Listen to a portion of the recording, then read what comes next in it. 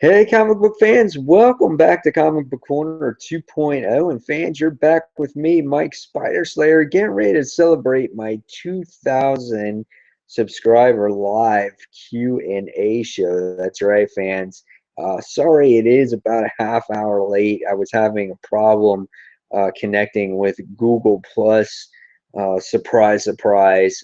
Just because I think like a lot of our accounts have two accounts or whatnot, and it needed to be verified and all this other mumbo jumbo nonsense.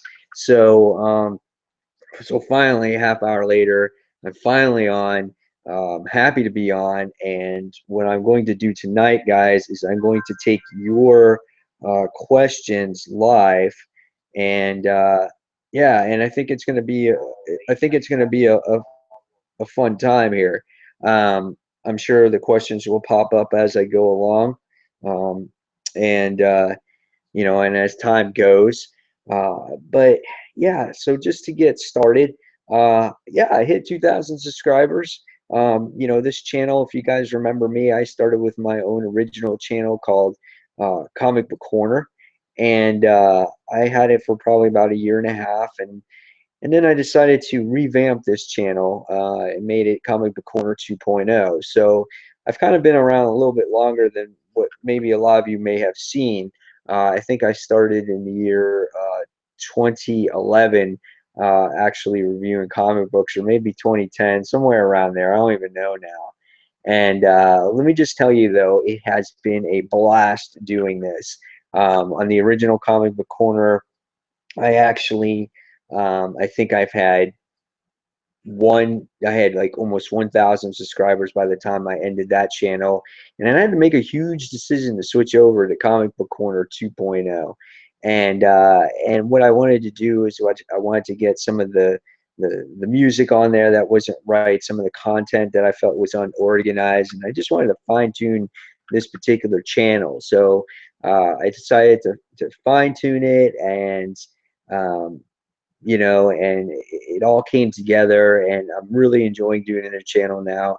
And along the way, I've wound up doing our group channel, which is uh, Comic Frontline, and I couldn't ask for a better bunch of friends who helped me along the way, reviewing comic books. So it's just been a great journey in general. So I'm really happy to get up to this point. What comes forward, I don't know. I don't know what's going to happen, but I'm really excited. And again, I'm here for any of you guys. So I know the show just starting, and maybe people are expecting it to start at 9 o'clock, but whenever you want to ask questions, I'll check the questions as we go along, and we'll see what happens here.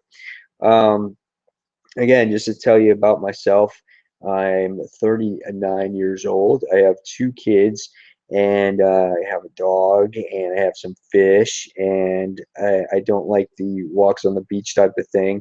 Uh, but yeah, I I was not even anticipating actually doing this video today. It was kind of tough. My kids both have the flu. I almost took my son to the hospital today because we thought he had appendicitis, but then it wound up just being some major gas.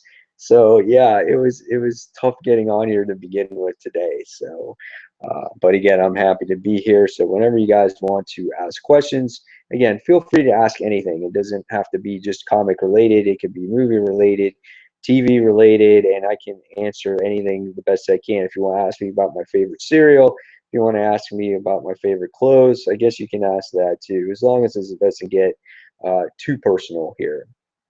So, trying to think of what else to talk to because I'm basically talking to myself right now. Um, yeah, comic books in general. I've been reading comics since probably I was about, I don't know, 11 years old. My passion was always Spider-Man, so anything that you always see me talk about is always going to be Spider-Man first.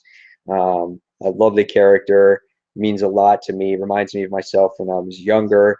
One of my first comics that I ever remember even owning is Spider-Man, around in the issues 250s. The first Spider-Man book that I ever bought was issue number 313. Um, which was the Lizard, and it was a Todd McFarlane's run. So really fun time there. Remembering that as a kid. One of my other favorite Marvel heroes is Iron Man. I love Iron Man. I think he's a great character, and I'm a total fan of the new Superior Iron Man that's out right now. So I don't know how many of you guys out there are fans of Superior Iron Man, but I really enjoy that series for what it is right now. I think Tony Stark is back to the actual um, character that I loved back in the I guess the early '80s or whatever it is. He drinks, he smokes, he has fun. Um, and then you got this whole extremist thing that's going on right now, and I love it. I love the series. That's probably one of my favorite series to date right now. And every week that I've done my countdowns, I've actually voted that comic number one. It has not let me down yet. Now next month might be a different story because it's got to do with that whole Teen Abomination thing. And yeah, so I don't know what's going to happen with that. First off, to hear about a character called Teen Abomination is just weird in itself. But I thought, I think that it's a good twist to the book and see what Tony Stark's going to do with the character.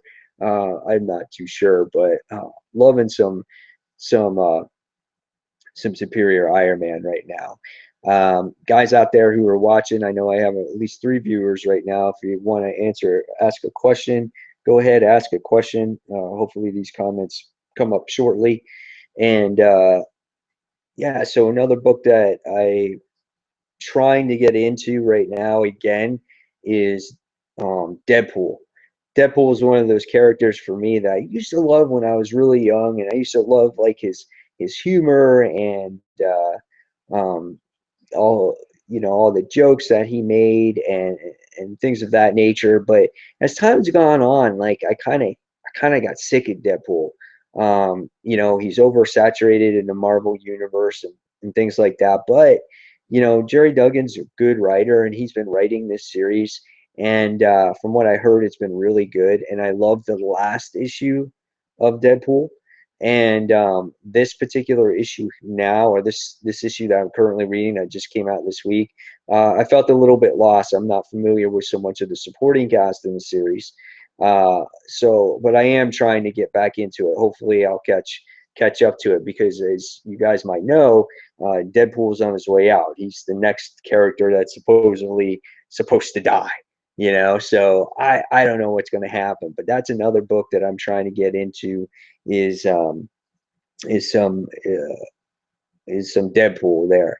So I don't know if there's any other characters out there that you guys are looking forward to, but or you wanting to try to get into, let me know. I can maybe suggest something that um, that you're not reading, or vice versa. You can ask me if there's something that I'm not reading, and or whatnot. So yeah, I mean, it's kind of tough not talking about a specific subject.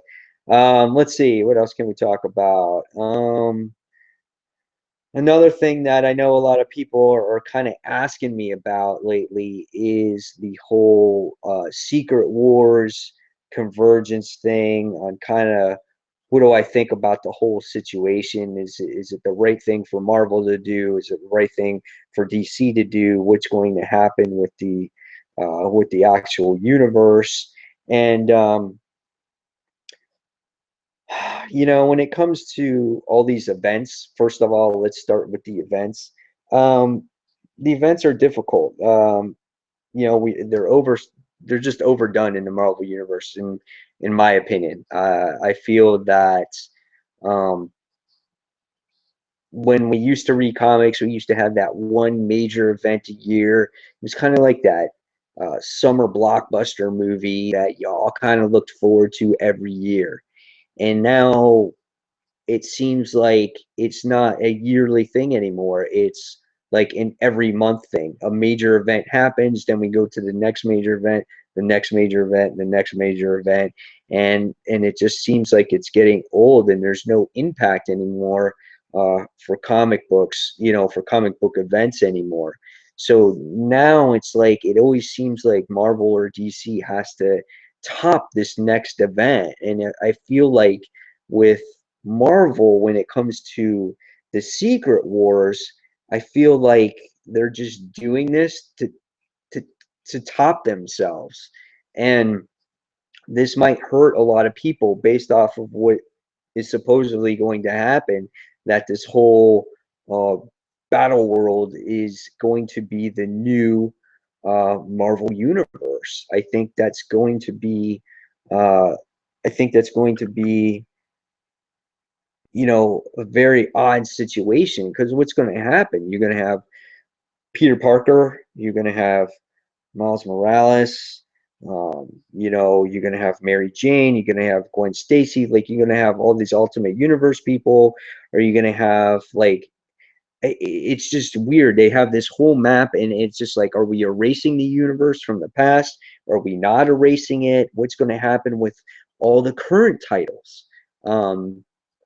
That's going on in the actual universe right now. So I'm kind of lost with the whole situation. Like we're getting a whole bunch of new books that are just coming out, like Spider-Gwen and the new Hawkeye's coming out. And we just started Uncanny Avengers, and so we get all that kind of stuff, and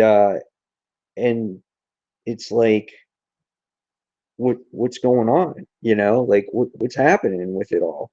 Is it going to go away? Is it going to disappear? It's just one of those things that I'm totally baffled about. So all right, so I got a couple of comments going on here finally that showed up on my Nook. So thank you guys. I thought I was talking to myself here because some comments are not showing up on my phone, so I got it on my Nook. So um, Tivia, hello, how you doing? Justin Paget, and he says, "How's it going, Mike? Congrats on the 2000." Um, Holger Peterson, he goes, "Have you seen the new Justice League Throne of Atlantis movie?" No, I have not seen the Justice League Throne of Atlantis movie. Unfortunately, uh, it's hard for me to see movies. Again, I have two jobs, two kids, and stuff like that. It's hard for me to actually read the comics and do all the videos that I do, and it's just like I can't believe that I actually fit all that in. So for me to watch the movies, it's difficult. But I can honestly say that in the past couple years, I'm starting to see a few more movies because my kids are starting to get older now. So as they get older, I can take them to go see, Spider-Man or things like that. And it's like I think this year, this December, I'm going to take my son to go see Star Wars, and I can't wait to actually go with him and see that. I actually showed him the original Star Wars movie on Blu-ray the other day, and he was kind of bored with it because if you compare it to today's movie standards, that movie is kind of slow. So he was kind of just like nodding his head, and he's like, "Oh my God!" But yeah, to answer the question, I have not seen the Justice League Throne of Atlantis movie. Um, hopefully it's good. I heard a few things that it was.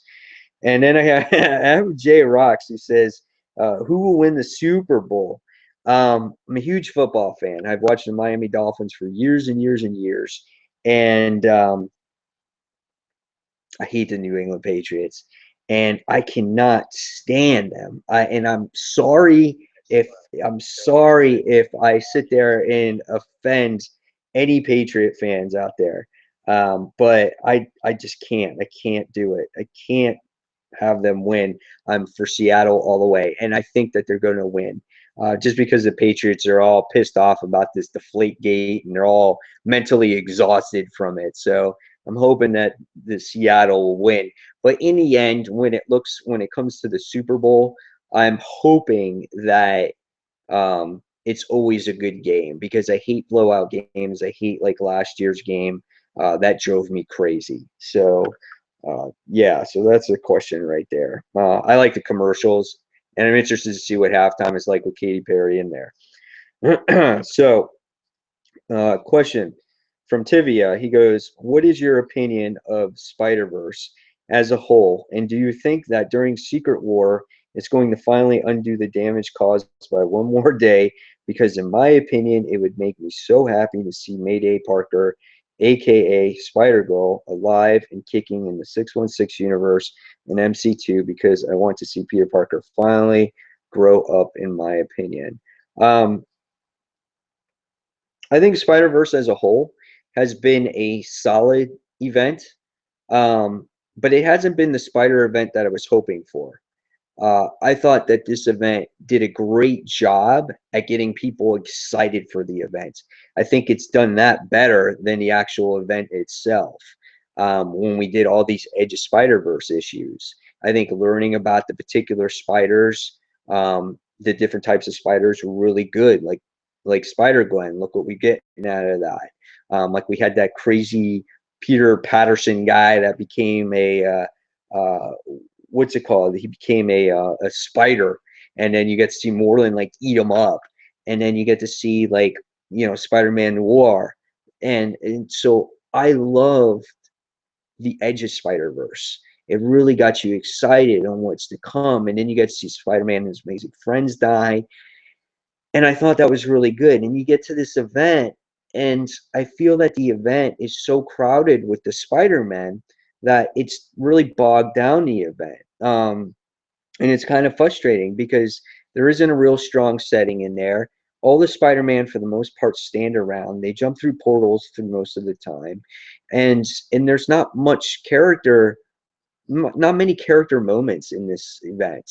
And I think the best issue so far had to be this last issue of Amazing Spider-Man.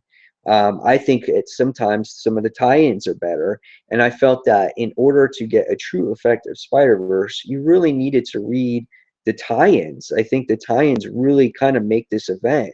And then wish Marvel said, Spider-Verse, read everything. If you want to get a good effect out of it, read everything. Don't just read the main Amazing Spider-Man book, because I feel you don't get as much out of it when you read the Amazing Spider-Man book. So, and then with Secret Wars, um, again, I don't know what to predict out of all that, um, but it's gonna be difficult. I want to see Mayday Parker in there. Um, I hope she does exist, and I'm sure she will. I'm sure we're going to get a little bit of everything in here from all these characters. And would it be nice if Mary Jane and Peter got back together? Yeah, of course it would. But I'm not going to speculate or say anything or get excited about it until I physically see it. And what's really going to tell the tale of Secret Wars is what's going to happen after the major event. After that, I think it's 8 issues now. They cut it down from 12 to 8. What's actually going to happen with this particular series, the Marvel Universe as a whole? And as a Marvel fan first, before DC Comics, I'm always optimistic about how the actual um, universe is going to turn out. And I can only hope and pray. I'm not going to shove it out the door. I never will. I'm going to read Marvel Comics forever. So no matter what happens, it happens. I went through the whole Superior Spider-Man thing. It was very damaging for me to see Amazing Spider-Man end after all those years, after issue number 700, and then it just starts over again, or ends, and then you go to some Superior Spider-Man, which, by the way, I think did very well. I liked Dan Slott's version of an evil Spider-Man. I think he did that very well. As a regular Spider-Man, I think in the series, I think he's okay. I think he's a hit and miss at times. And I think after Spider-Verse, I think it's time for Dan Slott to really move on, and let's get some new writers on the Amazing Spider-Man title so we can get some of these characters back that we know and love. But again, everything's on the table when it comes to Secret Wars. I'm not sure what's going to happen there and how it's going to affect the entire universe of Marvel. we could get a whole new relaunch of books again. And for me, I'm kind of numb to it by now, because if Marvel was going to reboot their universe, they should have done it before they did Marvel Now and all new Marvel Now. They should have had all their books still going, and then if they want to reboot it, just start it now from scratch. So I hopefully that hopefully uh, that answers your question, Tivia, because it is tough to predict what's going to happen here, but I hope I'm praying for the best there. So let's see. Next we have J Rock says, "LOL, Seahawks is also who I'm going for too in the Super Bowl." So yeah, that's pretty good. Let me see if I got any more questions in here. Sean Mitchell, he says, "Hey Mike, congratulations on the 2,000 subs. I feel that after Secret Wars, Marvel should take at least a year break from events and let people settle in reading the new universe. It would be ridiculous if they have another event towards the end of the year. Question, what do you think about Miles Morales being in the new universe, and how will he and 616 Peter coexist together?" I have no freaking clue how that's going to work. Um, because you have you have Miles Morales, okay? Now don't forget, you still have Peter Parker from the Ultimate Universe. He just up and left with Mary Jane at the end of the first story arc with Miles Morales and the Ultimate Spider-Man. So don't forget that we have that. And you have Peter Parker Spider-Man in 616 universe. So how they all coexist, I don't know. I don't know if it's going to be like a mini Spider-Verse, and so you're going to get, like, how we had the Spider-Men miniseries. We might get a Spider-Man comic book. We might get an ongoing from that, where you have Miles Morales Spider-Man with 616 Spider-Man. So you might get that return that way. So that's how I can see that working. I don't know if it would be an ongoing or another miniseries or whatever the case may be like that. But I don't know if you guys might want to see that or not. But I could see something like that working out. Um, that's what it seems like when it comes to Marvel these days. It seems about event after event after event. I mean, so we just got off the heels of Access, right? So Access ends. What's starting next week? Black Vortex. I think that starts this week. So now we have Black Vortex going on, and that's crossing over in Guardians of the Galaxy and X-Men and whatnot. And then after that, then I think then that's when we start this whole Secret Wars thing. And I agree with you, Sean. I agree with you 100% here that the events are too much, and I feel that it needs to it needs to stop. And if they reboot this universe, they can't have an event. There's no reason to have an event. The universe is starting over. What the freak are you going to have an event for? At least DC, when they rebooted their universe with the New 52, that's how I got back into reading comics again. They didn't do an event forever. They didn't do an event for like 2 years. And it was great because you're just reading these stories, and even though some of these stories were they were bad, and I think they made some mistakes. I think they tried to correct their mistakes, and at the same time, though, you didn't have this event for a while, and then all of a sudden you started seeing, you know, what was it, the Trinity War, and then you got to see, Forever Evil, and then it started piling on, and then this past year we have the whole DC universe is just going hog wild with all kinds of stuff. It's like, oh my God, we got to make up for lost time, and we got to have all these events, and I think these events can be good if they're not overdone. So it has some shock value for the reader, and also I feel that they do these because it's another way to try to grab money from the reader. And being that the price of comics now are all $3.99 from Marvel, and now you look at number one issues where they're $4.99, and you look at what they call milestone issues, which are, I don't know what, $4.99, and it could be, their issues like, I think there's Nova coming out with issue 33 or something like that. And it's like, oh, it's milestone issue, so we're going to charge you $4.99 for it. No, it's Avengers that's issue 33 because it's ending. So they find any way, shape, or form looking to charge you that $4.99 price point. And I think that's not fair. It's not fair for the readers. I don't think the quality's there.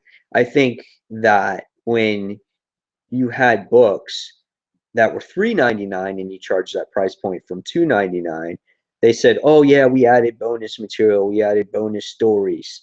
And the next thing is oh, we added the AR to it for Marvel. Okay, I give you that. You added some technology to it, maybe cost some more money, you get the people to talk, whatever it is. Why are books now $4.99? What did you add to the book that's adding a whole other dollar, a whole other freaking dollar to your freaking comic books? And so I don't agree with that. And now you're going to um, go on to DC, where Convergence is coming out now. And if you guys did not know this, their main series of Convergence is all going to be $4.99. And if you want to read everything with Convergence, it's going to cost you $365 for the entire event. Now, I know a lot of people that are hardcore into DC, especially the old universe, the pre-New 52, are looking to buy this. So that's how much money that they're going to shell out if they want to read everything that has to do with this whole event that's going on. So I just think these comics in general, I think, are just very expensive. And for a normal average reader, it's they see a price point and it's not the right thing to do. I would rather have, I would definitely rather have maybe better quality writing, less books. If you're going to charge more money, have less books for people to read. Because on average, I take on probably about, on the average, I read about 18 books a week on the average. That's physical and digital copies. So you figure out the math of a $3.99 book times 18 books and how much money I spend each week. So it's frustrating. And I'm a fan of comics. I love it. People will be like, well, why do you keep reading so much? It's because I love the hobby. I've been doing it my whole life, and I couldn't ask for anything else. I can't give it up. So I just have to pick and choose now a little bit more often. All right. So we're going to continue on here. And Tivia says, LOL, I support the New England Patriots because I love the New England Patriots. I'm happy, Tivia, that you love the New England Patriots, but I hate them. And, before Tom Brady came around, that team sucked. And they sucked so bad, they sucked for years. No one knew who New England Patriots were until Tom Brady came around. So I can't stand them. Okay. So let's see. Tivia, you ask another question. What is your opinion of Wally West, aka the real Wally West, coming back from pre-52? To which my opinion is, I'm so happy as fuck the new 52, in my opinion, because they ruined a lot of my favorite characters, like Tim Drake, aka Robin, Raven, Beast Boy, Starfire. I miss those characters so much, in my opinion. Me as a Marvel fan, I never really got into DC before the New 52. I always read a few comics. The real character that I got into was Green Lantern. I loved Green Lantern. I thought that he was the best character. And then I got into Kyle Rayner, and I have that entire run of Green Lantern from the 90s. And I really enjoyed that series. And it's the first time you get introduced to Parallax, and you get to see Hal Jordan kill all the Guardians. I really enjoyed that. And so I didn't read too much of the pre-New 52. And so if you have actually not, hold on one second here. So I'm happy that maybe with Convergence, a lot of you fans from DC are going to get your characters back one way or another. Maybe it might not be permanent, but at least through this event, you might get them back, because the way it's looking based off of the solicits, everyone's going to be interacting with each other. And I think it's an exciting time for DC fans. And again, I hope it all works out. Now, the Teen Titans, I don't read that series, and I've tried to read it a couple of times, and I hated it. So if the Convergence event brings back your Teen Titans, then I hope it does for you. All right, so let's see. Question: what is your prediction of Spider-Girl, aka Mayday Parker Spider-Verse, and do you think she is going to succeed in saving her brother or die trying? Because if she dies in Spider-Verse, I'm going to be pissed because I don't want her to die, in my opinion. Um, don't tell Kamaguno that you're thinking that she might die. I think if Mayday dies, I think it would be definitely unexpected. I don't see it happening. She's a great character. Again, I don't want her to die, and I think maybe they can kill off maybe some of these lesser known Spider-Man. But then again, who knows? Again, we have Secret Wars. So if she dies, she could come back in Secret Wars. You got Battle World coming. So anything is possible, what's happening here. So, all right. What's next? Question: what is your opinion of Spider-Verse? Oh, okay, we answered that one. And okay, so I think we're caught up at the moment. Let me see if I get any other questions as we go along here. So, yeah, guys, keep answering, keep asking me anything you want to ask. I'll answer them the best to my ability. Any books that you guys are looking forward to, just let me know. If there's any suggestions that you want for comic books, yeah, just let me know as well. I'll be happy to help you out. Let's see. Justin says, with Secret Wars coming, it's tempting to drop most Marvel books. It almost feels like the last 2+ years was a waste. Are you dropping any titles during the lead up to either of the big two events? Um, Personally, I'm going to read these books just like if the world wasn't going to end, because you never know what's going to happen. I have a lot of people saying on my comments based off of my Uncanny Avengers review, saying that why pick this up when the universe is going to start over? Why should we read these books when the universe is going to be over?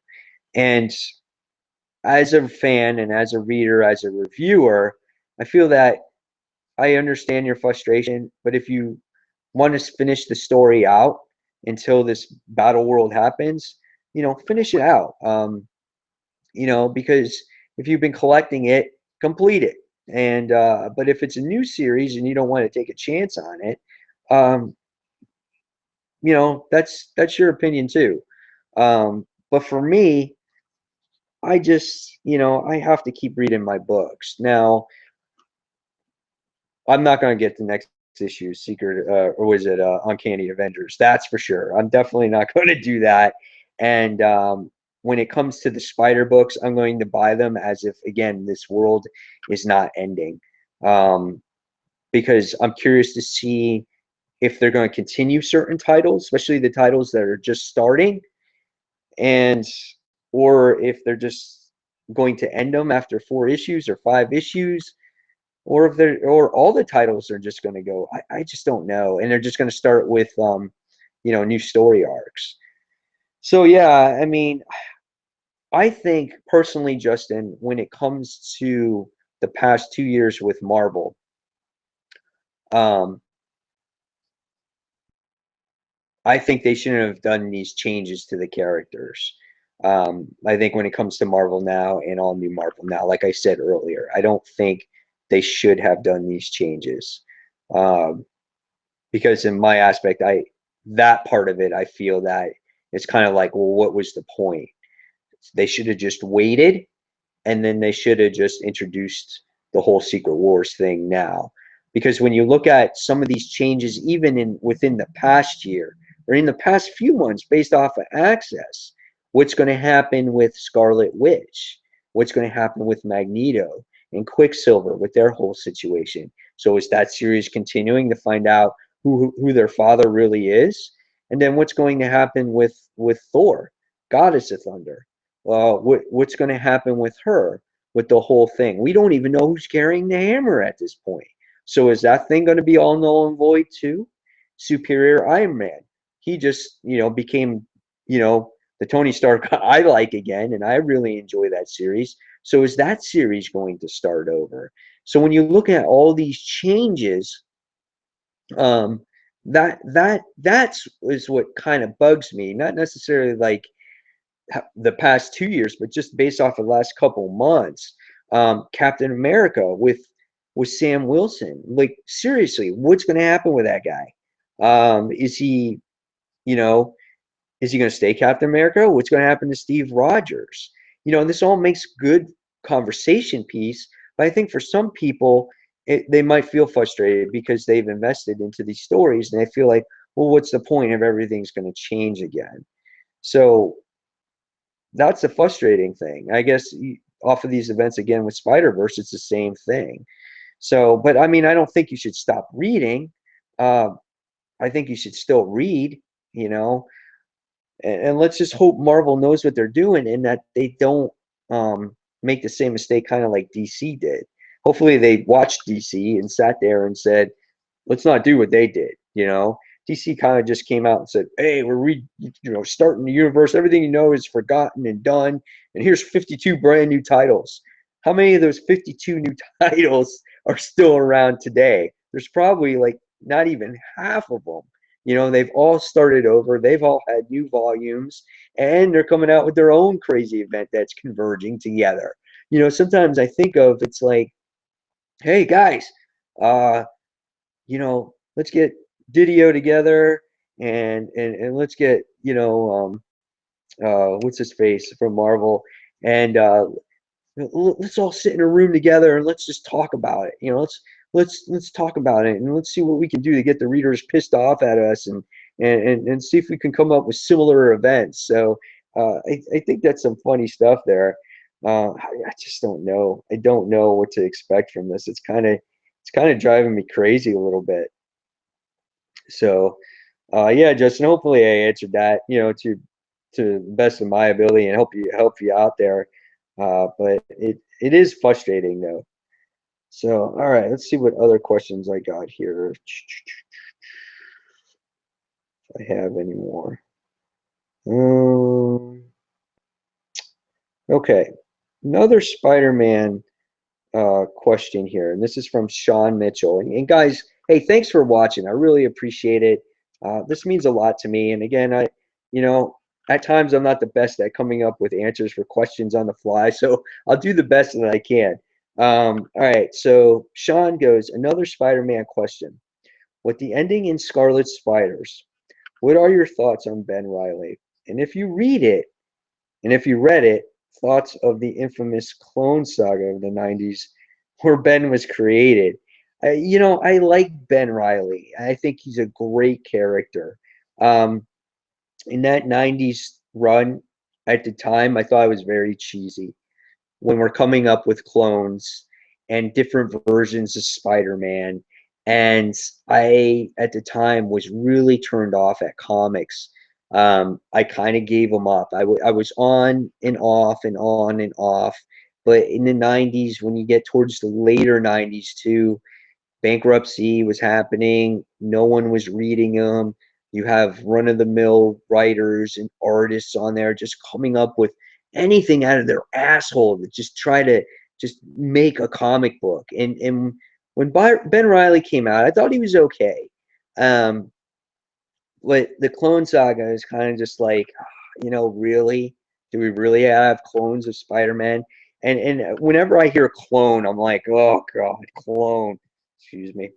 And but I did read Scarlet Spiders, and I thought that Ben Riley as a whole in this issue, I thought in this particular series, I thought he was really well done.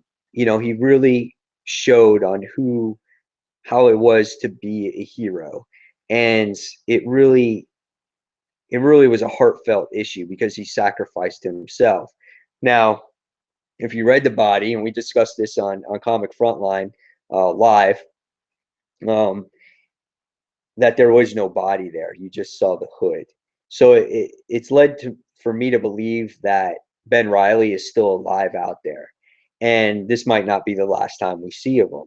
So hopefully, in Battle World, in the whole Spider World section or whatever they have, and on that map, if you guys check that out, that map is kind of crazy. Um, Ben Riley will make his appearance. But I love the humor in that series that Ben Riley had, and I loved, how what a definition of a hero was, and so I enjoyed that series for that particular issue there. I thought issue 2 was okay, and issue 1 was okay too, but I thought issue 3 was great. I think it was like my number 3 pick of the week last week. And again, that whole Clone Wars, the whole clone thing saga, I was just, again, at that time, I was, like around 18, 19, 20 years old. And I was kind of just like, really? I think I was burned out of comics at that time. I just wanted to hang out with girls. I think that's what it was. So, yeah, it's funny stuff. All right. So I got another question here from Holger Peterson. Um, he goes, who is your favorite writer for a new Green Lantern run? Uh, wow. So we're talking about a new Green Lantern run. Who would I like to write it? Um, oh God, I don't know. I don't know. I think anybody besides Vendetti. Nothing against the guy. I just think that he spent too much time having Green Lantern up in space, and he needs to be more of a down to earth character, or there needs to be a balance. And one example that I use all the time for a character like that is Invincible. And I'm not sure how many of you read Invincible from Image Comics. Um, what's it called? Robert Kirkman writes them, and he does a perfect balance of Invincible being a hero at home and being a hero in space. And he has a great family dynamic. That's what Hal Jordan is lacking right now. Not saying he needs to have a whole family, but somehow he needs to be more on Earth, interacting with his team members, the Justice League. He's not even in the Justice League right now. He spent so much time up in space, and it was so frustrating to read. But the one issue that Robert Venditti did was the last issue, issue number 38, where he sent Hal Jordan back at home, and he interacted with Flash, and he interacted with Guy, and they had this whole bar fight. It was the best issue of Robert Venditti's run that I have read ever. And if Venditti wrote every single book like that, or even half of them, where he puts them half in space, half Earth, he would hit it out of the park every single time. But he's so interested in putting, Hal Jordan into the galaxy that it's frustrating. It's a frustrating as hell thing. And I have only read one issue of Green Lantern since in a year, and I'm a huge fan of the character, but it just pisses me off. I don't like Green Lantern and the New Guardians. I don't like Green Lantern Corps right now. The only book I wrote, or that I wrote, I'm sorry, that I read was Red Lanterns and Sinestro. I think Colin Bunn did a great job at writing Sinestro. I think he does a nice job. I think he really studied the character before he actually, wrote the book. And I think Red Lanterns, and I don't know how many of you read Red Lanterns out there, but I thought Red Lanterns was a really well done book. Charles Soule wrote that book phenomenally. He brought that book from the brink. There was nothing interesting about Red Lanterns until he took it over. And I thought it was so well done. And the artist that was on there, I'm sorry that I forgot his name, did an excellent job really fitting the tone for the book.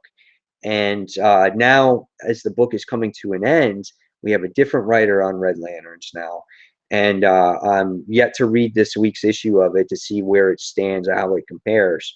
But, you know, if even Charles Soule was to write a Green Lantern book, I would like it. But if Robert Venditti can write just like he did with issue number 38, I would be fine with that. And I loved his interactions with Carol there. So yeah, I just want a good writer. I just want a Green Lantern to be back to the way it was. And I know that we could have been all spoiled with, Jeff Johns' run. And Jeff Johns was on the book for 10 years. You just don't see that in today's comics anymore. It's not like that anymore. You only get that in maybe a few of the flagship characters, like Batman, like Spider-Man. You can't even get that in Superman anymore, which is sad. And Superman's a whole other story. But yeah, I just want a good Green Lantern book. And we'll see what happens with this next story arc. Something major is going to happen with Green Lantern, and supposedly it doesn't have to do with the ring. So I don't know what's going to happen there. So we'll see what happens. All right, let's see. Looking to get some, and this is from Kabir. It says, looking to get into some independent comics. Any titles that are must read? Independent comics. There is so many out there right now. It's amazing.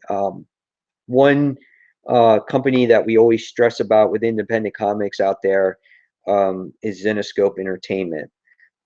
They have great books, and now they have on their books, which is called the Launch Point, that if you look on their cover, they have a little L on there that says Launch Point, where you can pick up a book and read it, and it's a good jumping on point for them. But Zenescope has one good series that has just kind of revamped itself a little bit, and it's Grim Fairy Tales. Grim Fairy Tales used to be a story about individual stories, and then it became much more than that. Well, now it restarted at pretty much 101, and it's about a bunch of kids going into the school, and they're supposedly going to be the next protectors of the universe. But little did we know, the main character of the book, the main teacher, which her name is Selah Mathers, she found out that these kids were supposedly supposed to be bad in their near future, and it's her job and her responsibility to keep them pretty much on the light side. So that's a good book there. Another book from Zenescope Entertainment that's really well done is Robin Hood. The writer there is Patrick Shan. He does a phenomenal job with character development when it comes to Robin Hood. You get to learn about Robin Loxley. That's who she is. She's an Earth person, and she was in a realm called Mist. And at the time when she was in Mist, she was defeating the sheriff of Nottingham. And she's come across now Maid Marian, which is her friend who she brought from Mist, and now they live together, and they have this secret detective type of establishment that they've put together, and it's just like this supernatural stuff. And there's great character development there. I just read the latest issue this afternoon, so really well done. I think we're on issue 5, 6. Not quite sure what issue it was, but really well done. This was kind of like the filler issue in between story arcs. Next issue starts a new story arc. So that's really good from Zenescope. Another really good book that I must say that is from, what's it called? From independent companies. Obviously, you guys know there's Image, but before we get into Image, you have IDW. IDW has all your throwback stuff. So if you're a fan of like G.I. Joe, Transformers, they're coming up with Gem and the holograms. They have My Little Pony, Teenage Mutant Ninja Turtles. So if you guys are fans of that, those are always fun reads to check out. Image Comics right now has a bunch of great independent books that have taken off over the years. Being obviously the most popular one, The Walking Dead. That one's been around since 2003.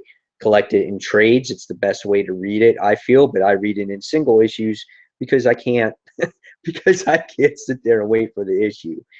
Invincible, like I talked about earlier, Invincible, phenomenal series written by Robert Kirkman. Great character development, great goriness in there, great action, great family dynamic, a phenomenal read. Get to 2 omnibuses, you're caught up. After that, you get a couple trades, and I think it's well worth the investment. You get to see a character start from nothing, and he's developed into a true family man there. Another good book from um, Image Comics is Deadly Class. It was suggested from my fans to me that said, Mike, you got to read Deadly Class. And it's really great. It's about a student who actually gets recruited to this school to assassin, to be assassinated, to assassin people. And he wants to assassinate Ronald Reagan. And this book takes place in the 1980s. So that's another really good book. Another book, if you guys haven't read it out there, is Saga. Saga is a real fun book. We have Brian K. Vaughan and Fiona Staples is on that book. Excellent, excellent artwork, nice reading. Another good book that has to do with family, on the run against this crazy Prince Robot the Fourth. He's this TV guy. He's got like this TV set as a head, and he's got this gigantic cannon. Awesome, awesome book. I really love it. Really enjoy that too. Chew is another one that's been out for a few years now. That's ending at around issue 60 something. Lots of humor in there. It's about this FDA agent who can bite something and he can find out anything about it. So if he bites an apple, he can find out which state it was from, which orchard it came from, if there was pesticides on it, and he uses this ability to actually solve these crimes. So really great stuff out there. So those are some of the indie comic books that I can recommend to you that is kind of like on the top of my head right now. So again, I always say it's up to you what you like, what tickles your fancy. I guess Brian Michael Bendis, not Brian Michael Bendis, Jonathan Hickman just came out with a book this week. It's called The Dying and the Dead, another independent book. Image Comics tends to release their titles, at good prices. So you get 64 pages for the price of $4.50, and you get a huge first issue. And this is a good story, or what it was introduced. So remember that name, The Dying and the Dead. I did a review on it right here on my channel. If you guys want to check it out, I give you a breakdown of the story. I give you my thoughts on the story. I thought it was worth the pickup. It's worth the issue number 2 pickup. So yeah, that's some of the great stories, some of the things that are out there that you guys can check out and read for independent comic books. So let's see what else I have coming up here for questions. Just give me a question. Let's see. Let me see if anything else pops up. Kind of stinks doing it this way, but it's the only way I can get the comments right now. All right, so Sean Mitchell goes, the Clone Saga was very terrible, and I hated One More Day so much that I stopped reading Spider-Man for 5 years. One More Day is one of those things that everybody hates, and hopefully one day it will be eliminated. I don't know. I mean, I think that's just the biggest complaint. Why would you get rid of Mary Jane and Peter Parker? I just don't get it. And Mary Jane in Amazing Spider-Man comic books too is all but non-existent now. She has not been in an Amazing Spider-Man book at all. And I feel that's part of the problem with Spider-Verse. We don't get to see any of the main characters. It's all about the alternate Spider-Man. And it's like, yeah, you get to see a different version of Uncle Ben, but man, really cares. Like, I want to see, Mary Jane in a book.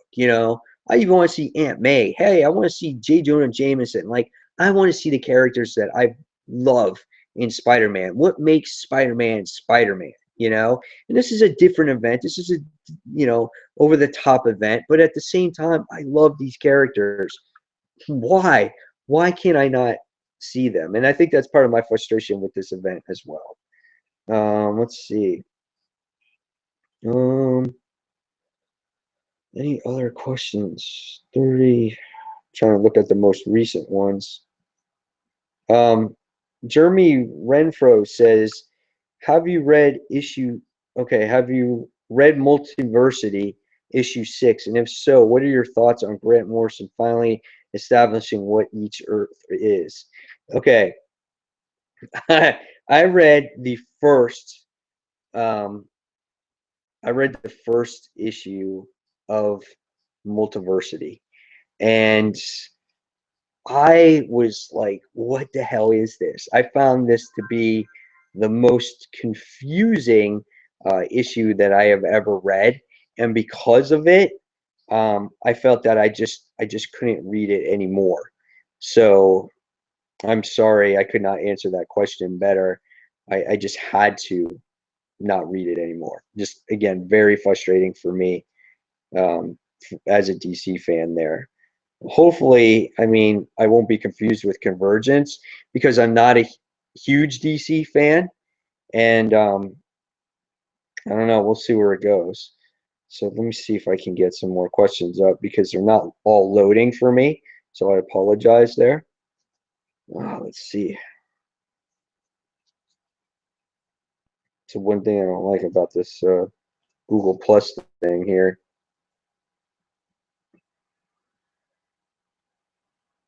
Okay. All right. So any other books that you guys are looking forward to? What are you, the fans, what are you guys looking forward to for comics out there? Are there any new series that you're looking forward to? Is there Spider-Gwen? Is you hoping for Mayday book to come out? Are you looking forward to this Silk book coming out? What's all your guys' thoughts on Convergence? Again, give me your thoughts, your opinions, and so I can comment on what you guys say. Again, this is your chance to ask your questions, um, towards me live, which I don't get a chance to do. I think the last Q&A that I actually did was last year for I think it was like my 1,000 subscriber video. So, all right. So it's showing that I got 29 comments on here. So let's see. All right. Um, all right. Jay, Philly Superman says, here he goes. So Jay, good friend of me, a comic frontline. Thanks for watching, Jay. And he goes, to Sean Mitchell, he says, the concept of Clone Saga wasn't bad, but the execution was they dragged out. I recommend the mini they released. It is what they really wanted to do with the event. I don't think, Jay, I don't think I actually read that mini. I think I actually read like the first issue or something, and I think maybe money kind of put me off to that actual event. So Tivia says, question, what is your opinion on the Spider-Man, the Real Clone Saga, which is my opinion was a great series that did the Clone Saga better than the 90s Clone Saga. Plus, it finally had a great ending to Ben Riley alive and kicking. Plus, I don't want to give spoilers, but let's just say certain someone is alive and kicking, and Peter, Mary Jane live happily ever after. Just wondering. Okay. Um, let's see. Anything else that I am missing here? 34, 2 minutes ago. All right, Sean Mitchell says, I just bought Deadly Clash yesterday. Looking forward to reading that. Are you going to get the Outcast trade by Kirkman? I enjoyed the book better in trade after dropping it after 2. Sean, I'm right there with you, man. I dropped it after issue 2. Now, I liked the book, but I feel like that is a book that you have to read in trade because it's a story I think that's really kind of involved and you can't remember everything about it. So in order to get a better grasp of it, I think you have to read that book in trade. And if I'm not mistaken, they're also coming out with a show for that too. So I think that's going to be pretty fun there when that show comes out. Um, but yeah, I think I'm going to try it. I'm going to try it out in trade and see how it is in trade better. I think it might be better. All right. Matthew Guy, because have you read Brian K. Vaughan's and Marcus Martin, The Private Eye. Um, it is pay what you want model. If so, what do you think about it? No, I have not read that. The only book I read consistently with Brian K. Vaughan um, is Saga. Uh, I know he wrote what The Last Man Standing. I wrote a few issues of that, but I've never read the whole thing, and I want to read it. There's a lot of things out there that I want to read. I just don't have the time. Uh, I read like 18, 19 comics a week, and plus I do all the videos, plus I do a live show. So um, any free time I have, it's going towards the reviews and the comments and the comic books and things like that. So it's a, you know, as much as I try to read more stuff, I just can't. I love reading all of my back issue stuff with Spider-Man, and I love going back to that old stuff and to really get an appreciation of the character. So if I read anything from the past, it's like it's Spider-Man stuff, and then every once in a while I'll get like a back issue, um, from the comic store, and I'll read that and maybe do like a classic review on that. So it's hard to go back and read stuff. All right, so let's see. Mike Pellis says, I got a very limited budget to buy comics because I'm still a teenager relying on my allowance. Hey, man, hey, okay, listen to me real quick before I go further deep into your question.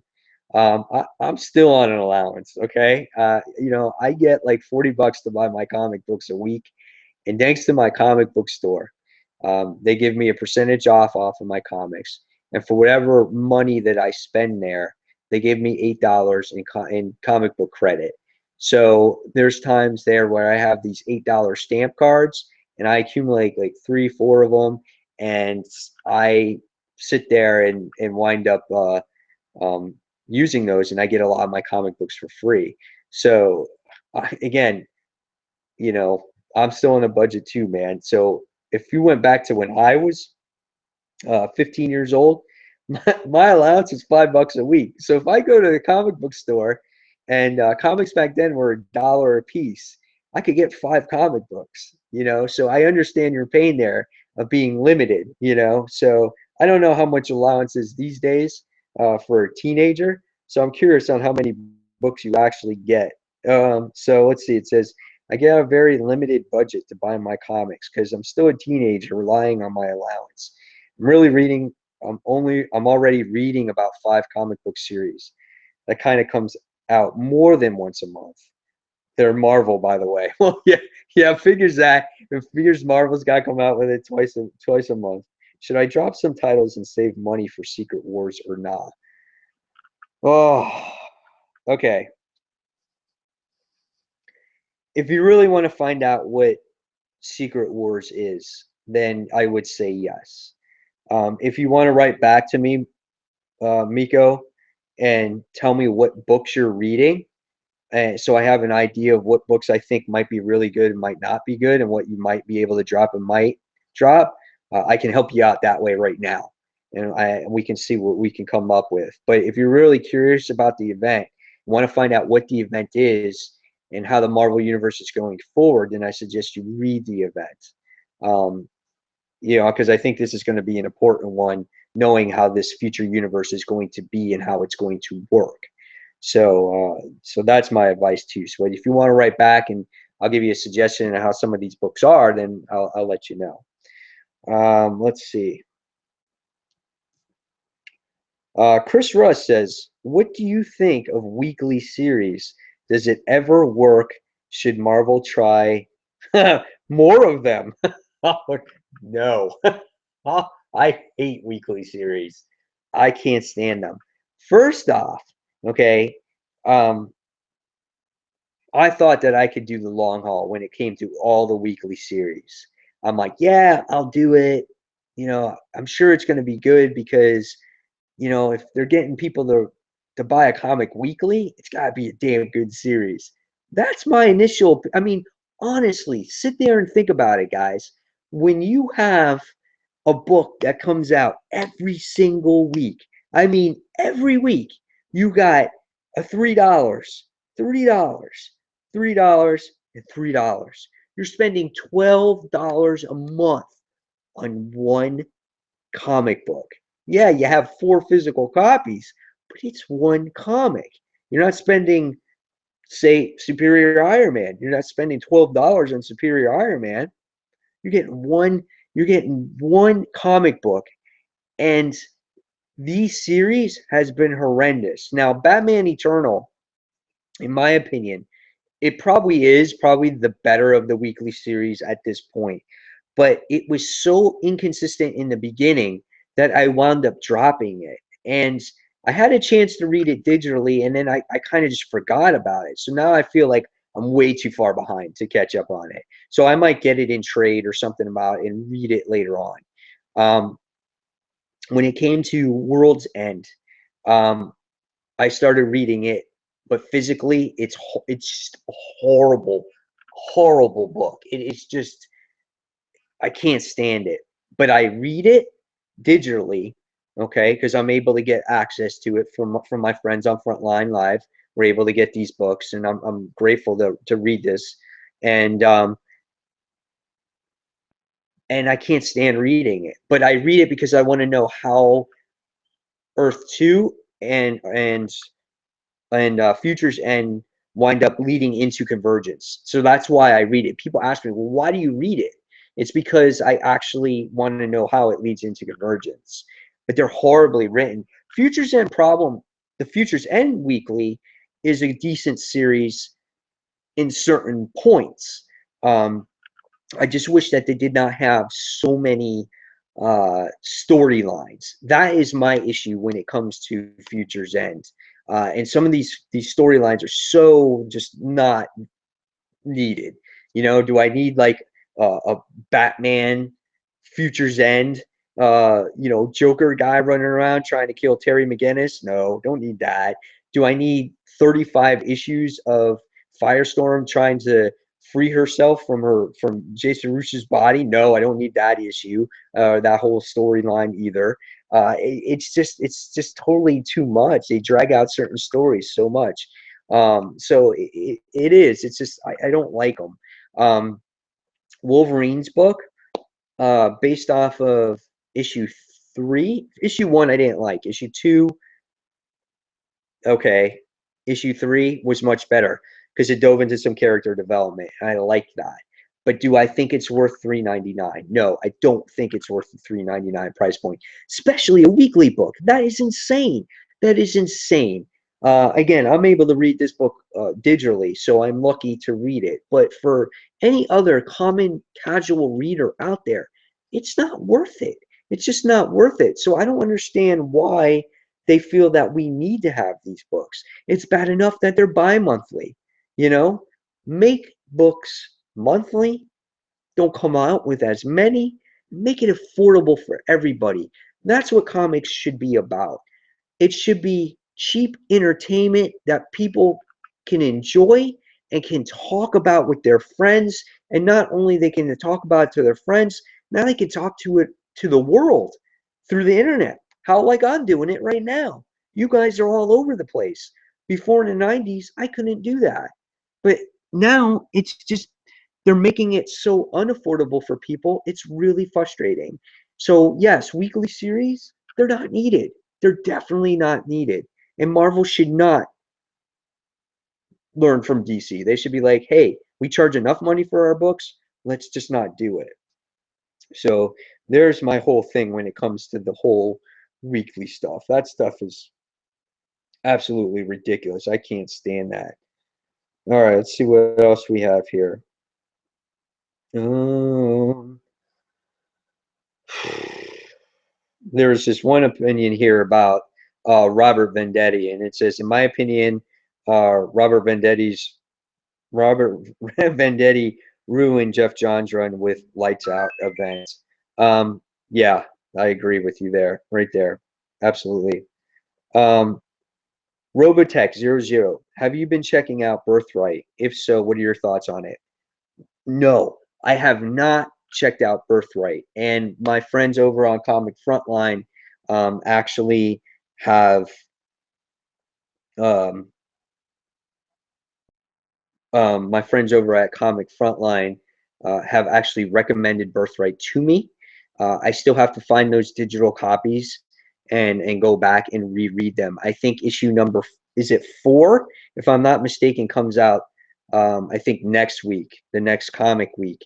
So I want to get into it because I heard a lot of good things about that series. So I'm going to check that series out. So thank you, Robotech00, for letting me know about this particular series again, because I do want to definitely get into that. Harry Bean, what's up, Harry Bean? Do you think in Secret Wars we may revisit Spider Island or Goblin Nation? They almost turned Anna Marie into a goblin, so I think it may be alluded to. Um, you know what? I don't know. I loved Spider Island though. Spider Island was, in my opinion, the best Dan Slott story written when he first started Spider-Man. And that was also the timeline when I was getting back into comics and started reviewing on YouTube and whatnot. Uh, I think I actually started reviewing comics on Comic Vine through written reviews, and then I got back into YouTube, and that's when Spider Island came out, and that story was phenomenally done. I really enjoyed it. It was good storyline. I loved how everyone turned into spiders. Mary Jane was so in character, and ever since that event, she has just not been the same. So it would be interesting if they revisited that. That would be really interesting. I kind of hope that they do. Let's see what else we got here. Goblin Nation. If they revisit Goblin Nation, that would be wild too. Let's see. We got Kabir. He goes, "What are the best Spider-Man runs in your opinion? I'm new to the character in comics and have been loving Superior. I think Superior was a great run. A lot of people may disagree with me, but it was something different that we didn't see from the character. And it feels like Marvel has kind of followed suit now, especially when it's come to Superior Iron Man. When it comes to the robot spiders, they have Iron Sight now, and it's just the attitude and things like that. And especially with Access, I feel when they did the aversion spell and they made all the characters evil and they made all the good guys good, it was kind of just, it just reminded me of Superior Spider-Man. So Superior Spider-Man, in my opinion, Dan Slott did a good job because it was his own version of Spider-Man. Um, when it comes to great runs on the regular title, I'm currently reading one of the runs that Tom Del Falco has done. Um, I think that he does a really good job. I think that's in the 200s, so you can check that out. I thought for me, I was always a huge Todd McFarlane fan because that's just, I was a teenager then, and I was just so impressed by his artwork. His artwork was something that we've never seen before. It was dark, it was gritty, made the characters just a little bit more edgier, and I love that. And I think David Michelin at the time was the writer there. So, and that takes place from issue 298 to around 327 or something like that. So that's a good run. I'm also another fan of Eric Larson. If you guys know me and you've been watching my channel a long time, you know I'm a huge Eric Larson fan because of his run on Amazing Spider-Man. He takes place right after McFarlane's run. And again, David Michelin was the writer there. David Michelin wrote lots of great Spider-Man stories, I thought, in the 80s and going into the early 90s. I think he did a phenomenal job with it. There's just lots of great stories that Spider-Man has to offer. And again, Tom DeFalco is one of the best. So I would recommend his run there. I would highly suggest it. So check some of that stuff out. You guys can get that stuff in the trades. Like I got some stuff right here that I do my classic series on. I got this epic collection back here that has to do with Cosmic Spider-Man when he's got his Cosmic Spider-Man powers. I got this book back here that has to do with Spider-Man dealing with Venom and how Venom always wanted his revenge on him. And then I got that Tom DeFalco run back right here with him dealing with Hobgoblin and whatnot. So I got some great stuff there. And then I also got a omnibus with Todd McFarlane and in there too. So lots of great stuff out there, guys, when it comes to Spider-Man stories.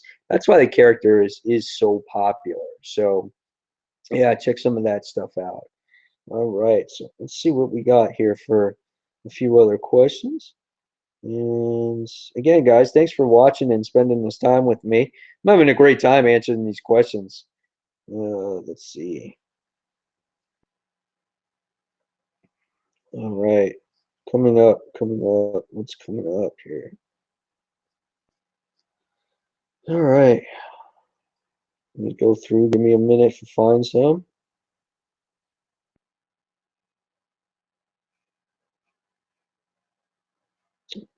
Jay Philly Superman comes back and he says, "I'll make sure you read the miniseries, the one that Tivia is talking about, which is that 4-issue part. I think it was with the Clone Wars or 6-issue part that was recent."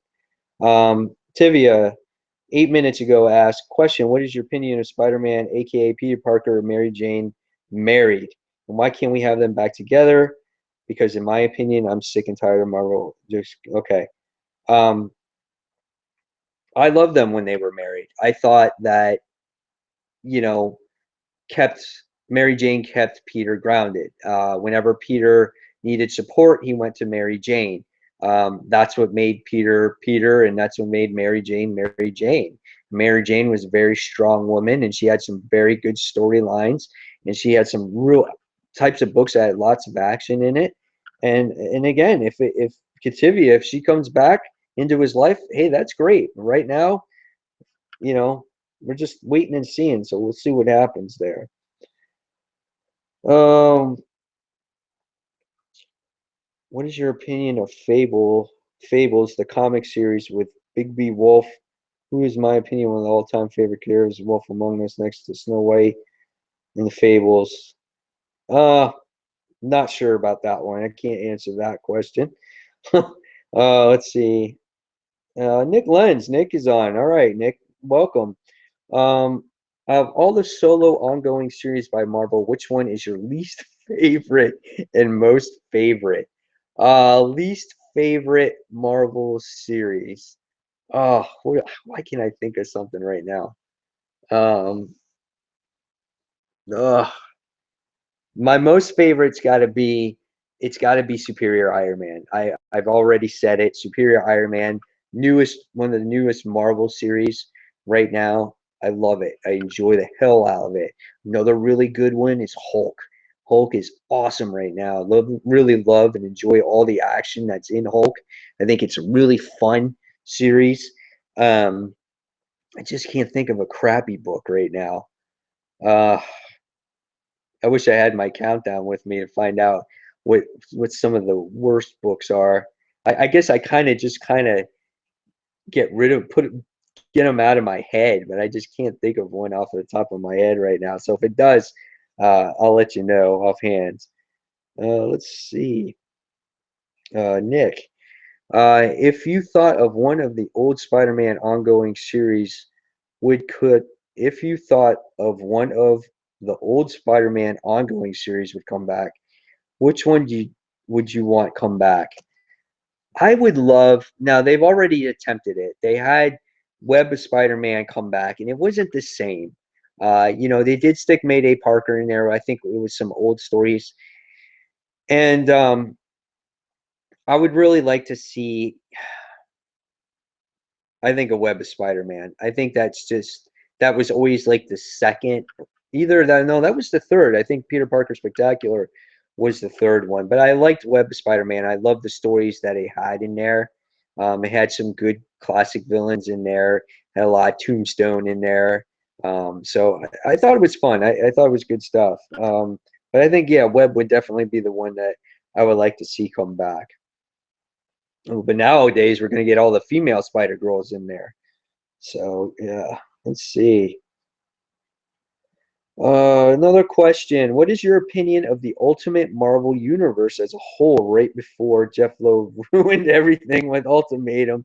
And do you think that Ultimate Marvel Universe is fucked up after Jeff Loeb ruined everything? Just wondering, what is your opinion? Okay. Ultimate Universe. I think had its problems, and that's why they kind of got rid of it. Um, and after what was it? What was that series that it was called? I can't remember what it's called. Um, where Galactus came and was destroying everything. Um, that's when the universe was truly destroyed.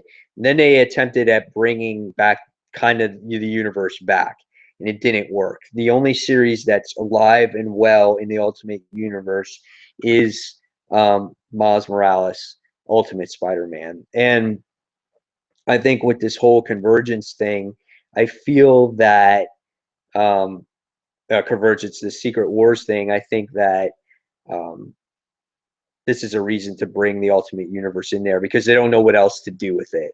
You know, you can't get rid of Miles Morales because his book sells too well. He's too popular of a character. So it's like, oh, let's bring him into the 616, and then he's going to be working with the real Peter Parker. Honestly, that's what I feel that's going to happen there. But the Ultimate Universe, I think they went ape shit with it, and then it wound up getting its problems, and then that's it. And so I don't know. And plus, they were killing off everybody, and they always said, "Well, people don't come back from the Ultimate Universe." Well, Peter Parker did, so, but technically, he never died because based off of what he was created from. Okay, so let's see what else we got. Well, that's great. Some of my questions stopped loading. Thanks, guys. All right, all right. Let's see here. Let's see what we got. The questions load once again. And something they don't load in order, so that's a frustrating thing too. Um, so as we already talked about, the Superior Spider-Man series as a whole, um, Tivi asked this question. He goes, "Question: What is your opinion of Superior Spider-Man series as a whole? Because in my opinion, I hated that series. Everybody in that series acted like an idiot. No one figured it out except for Carly Cooper, who, in my opinion, needed to die. I want her to die. Why can't she die? In my opinions, anyways, despite what is your opinion on Maximum Carnage, which was a series that was long as hell, but good. I have not read Maximum Carnage in a very long time. Um, I have to reread it. That's one of the that's a trade that I want to buy so I can read the entire thing in trade. Because, like you said, Tivia, um, it is a very long series. Now, going back to the Superior Spider-Man thing, like I talked about, I like the series. Yes, it had its flaws. Were people stupid in it? Yeah, I agree with you. They should have figured out that that wasn't Peter Parker. But overall, I thought the series was very good. I thought it was original, it was different, and I love the ending in it. And I overall it was good. So there's that. All right, so let's see what else we got.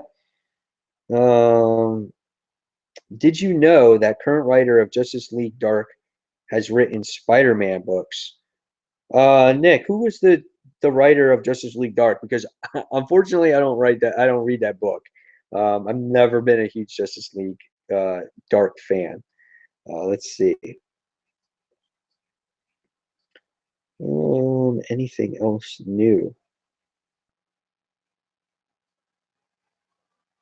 Did you notice that the Green Lantern dropped its cover price from $3.99 to $2.99? No, I did not notice that. I guess maybe they're that desperate for sales. Uh, has it come to that point where it's not a main book anymore for DC Comics? That's pretty interesting. I'm definitely giving issue 39 a try. After what I read from issue number 38, um, uh, I liked it, and so it was worthy of giving 39 a try. So if it's 2.99, dude, Nick, that is a huge bonus. I'm all over that, man. So that's great stuff. Did you like the Spider-Man books from Roger Stern? I'm trying to remember Roger Stern what he read. I don't remember offhand. Let's see. Let's see. We got more comments coming. And let's see, 38. Mike, what already? Oh, this is a good one. This is from Brody Play Games. He goes, Mike, what already the Star Wars Marvel comic books coming out this year? I know Vader's in February and Princess Leia's in March. But what else? What else are there going to be? Um, this is a great topic with the I keep trying to say Spider-Man. Star Wars books coming out. I'm a huge Star Wars fan too. Star Wars kicked off everything for me.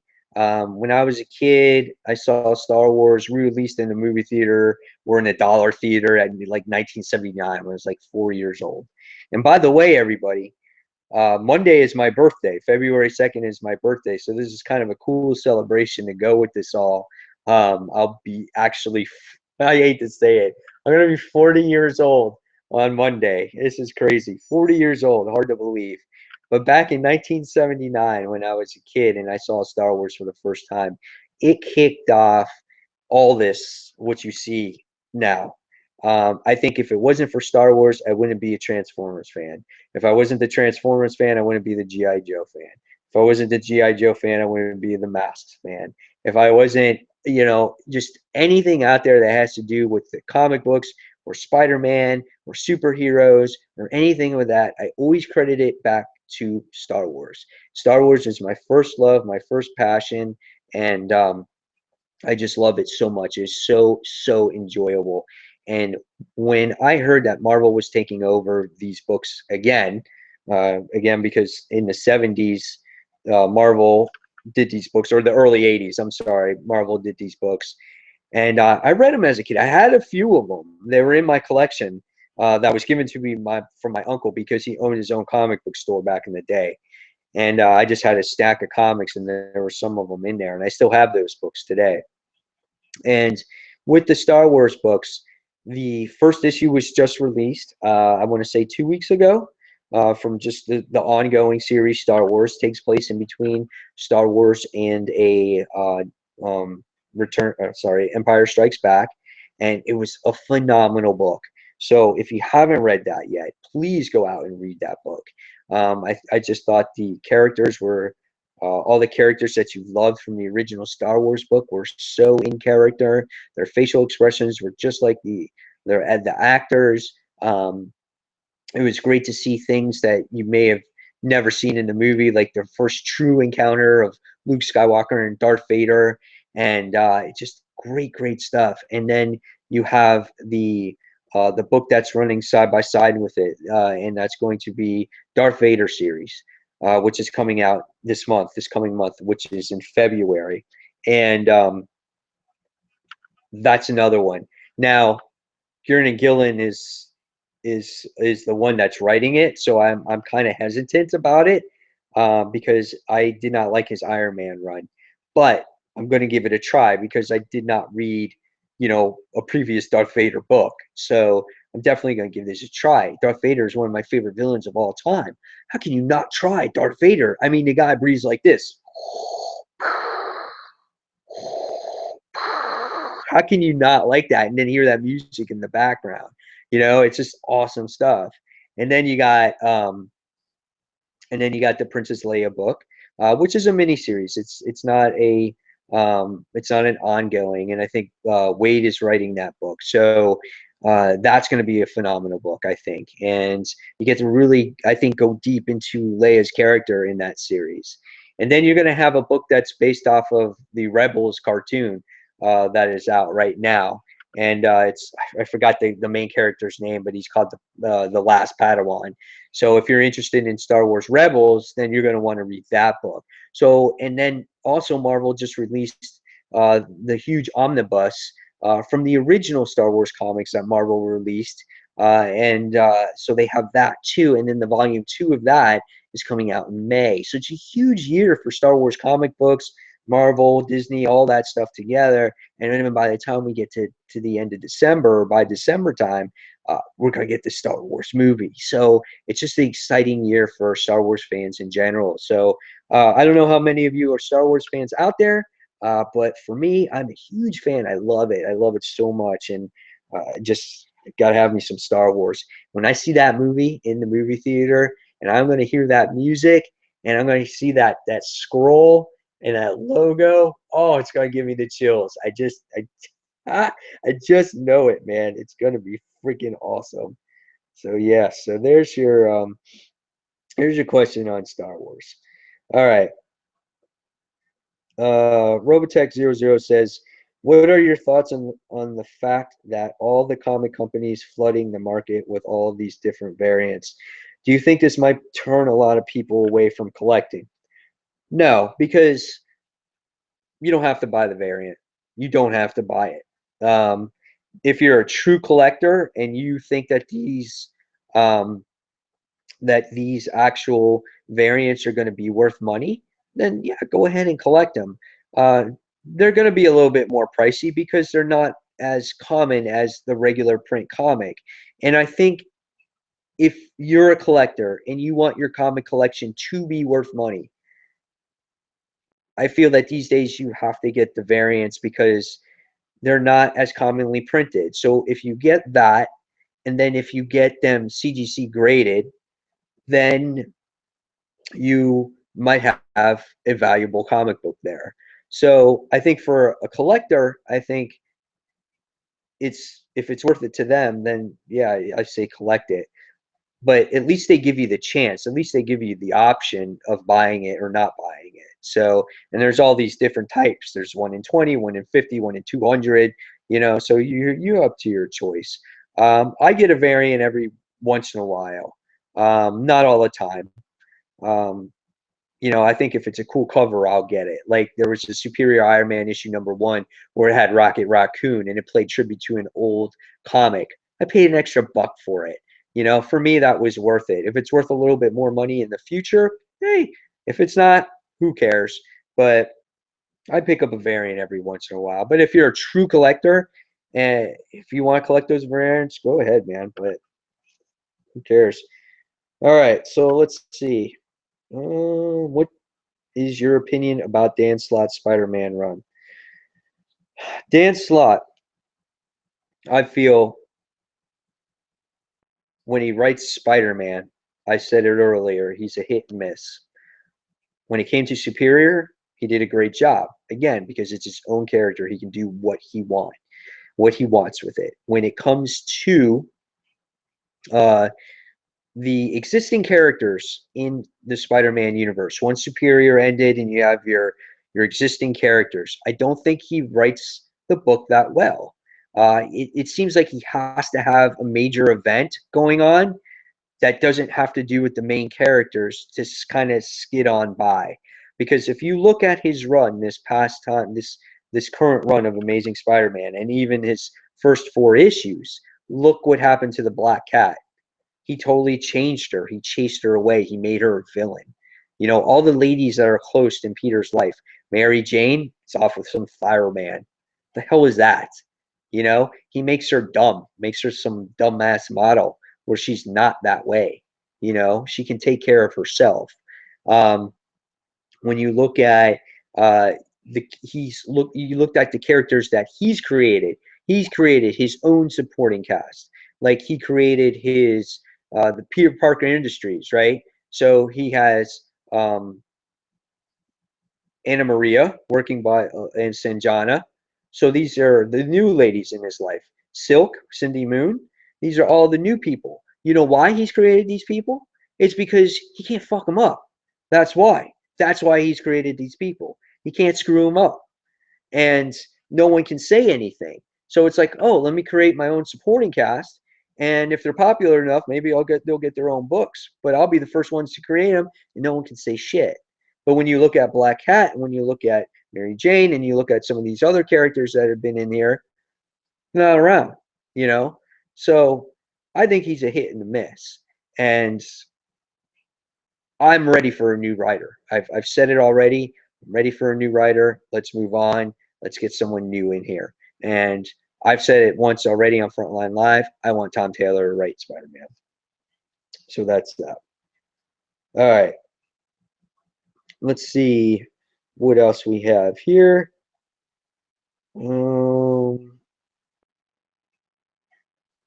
Mike, this is from Mike Pellis. He goes, "Hey Mike, thanks for replying. Now I'm currently reading Amazing Spider-Man, Spider-Man 2099, Miles Morales, Spider-Woman, and I'm really looking forward to reading Spider-Gwen and Silk. And just to clarify, I collected every single Spider-Verse book, so I kind of took out a lot of cash, which causes me big pain in the ass.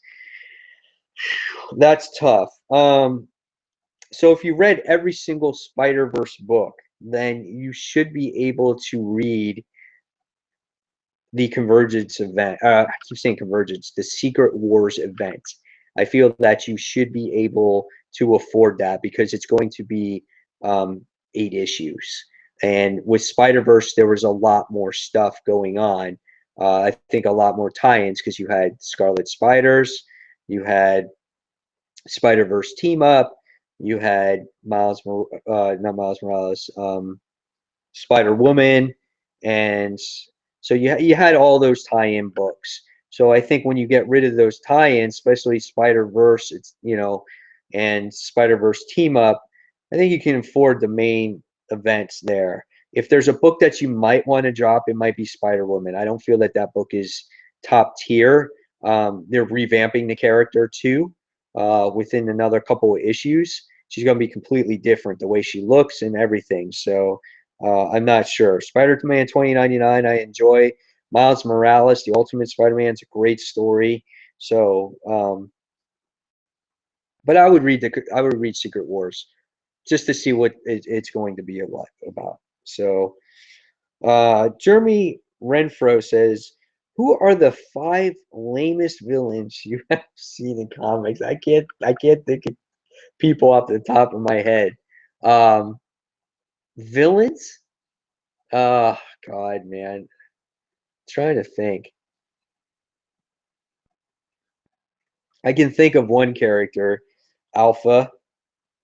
Um, he's a pretty bad character. I don't like him. Teen Abomination from Superior Iron Man. He was supposedly a villain in the beginning. I'm like, Teen Abomination, who the frick's that guy? Let's see, who else is there? Um, God, I just can't think of people on top of my head like that. Again, I'll try to think of stuff if I go along here. Um, what are your thoughts on the fact of what are your thoughts on the fact that a lot of 80s properties coming back in comic format? Transformers, He-Man, G.I. Joe, and now with Gem. I think it's awesome. I think it's so great because it fits the old people like me.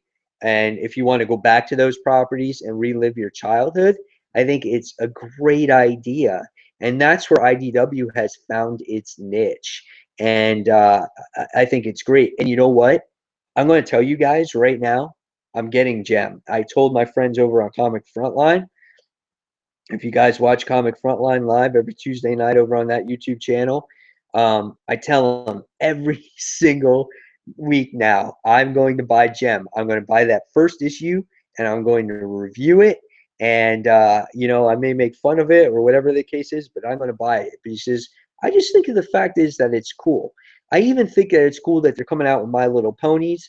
My daughter loves My Little Pony and it's just a great thing. I think it's a wonderful thing, and I think for people that love turtles, they reconnect with characters that they love and they grew up with, and they give them a fresh new look and then fresh new take to it. So I think it's great stuff. And also, my friend in Comic Frontline and Zone 4, Brant Fowler, is a huge fan of GI Joe. IDW has GI Joe as well, so it seems like they have something for somebody there, and that's what's so great about that. So I love the '80s properties coming back, absolutely. So, what do you guys think out there of these dollar reprints that they're coming out with Marvel? Are you guys going to pick those books up because it touches on some of the older stuff like Infinity Gauntlet, Armor Wars, going back to the first issue of Miles Morales? You guys excited about that? Because I think that's kind of cool. All right, let's just see. Um, let's see if I have anything else. Thoughts on the new suit that Superman is getting in issue 38?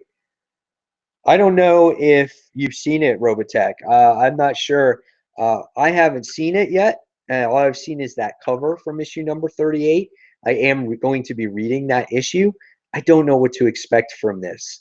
Um, this will be a very interesting type of uh, this is going to be an interesting type of thing for Superman. I think Jeff Johns has done a better job at writing him, and Superman needs a good writer. And I just wish we had a better artist.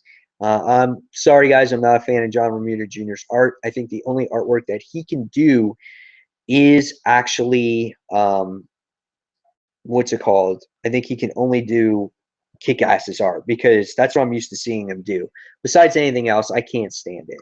I saw his artwork way back when he did Iron Man in the 90s, when he did Armor Wars 2, and I wasn't a fan of that either.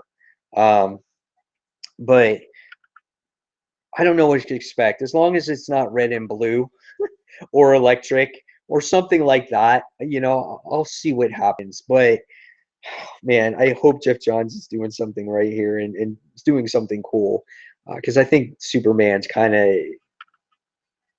it's kind of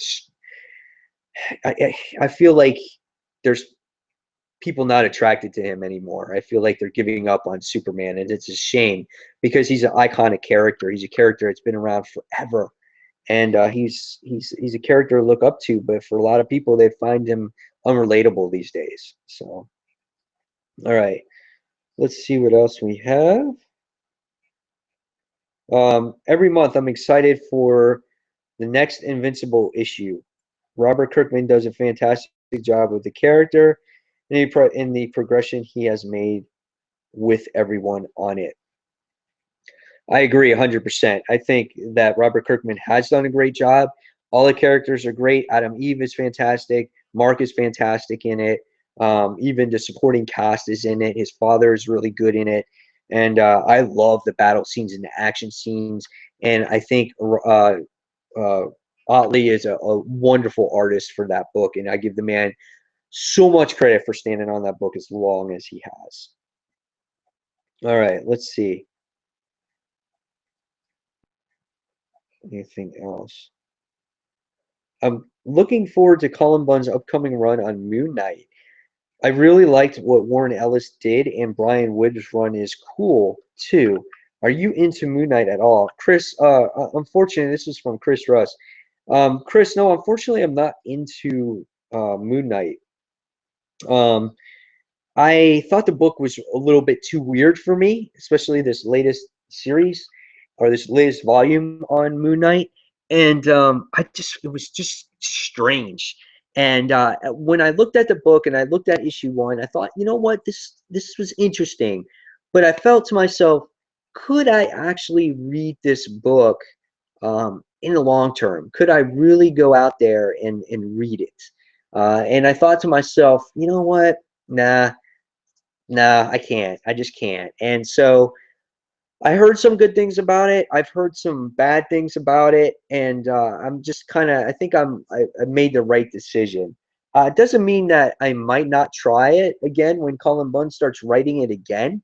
Um, or, but for right now, I'm kind of off of the whole Moon Knight thing. So let's see what else. What else questions we have?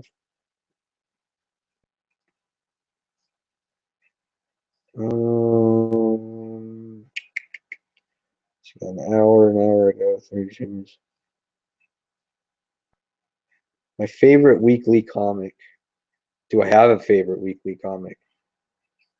I would have to say that out of the ones I read, it would have to be Future's End, um, because there are some good story plots in there. Kabir says Descender seems pretty cool. A lot of hype on Twitter on that book already getting signed by Sony. I never even heard of that. Who makes it? Is it done by Image? Like, what's about it? I haven't even heard about that. All right, let's see if I have any other questions here. So I'll probably will be wrapping this up in the next few minutes. So hopefully you guys have been enjoying. Let's see. I think I'm starting to lose my voice. Can't lose my voice before my birthday. All right, let's see what I got here. Let's see, 20 minutes, 12 minutes. Uh, Tivia says, I miss the old expanded universe from Dark Horse comics because those comics, for what I heard, are amazing. And do you think that Disney is going to kill the Star Wars franchise since they got rid of LucasArts, which in my opinion sucks because I grew up on LucasArts and that company was one of my all-time favorite companies. And when they get closed down, that broke me, in my opinion.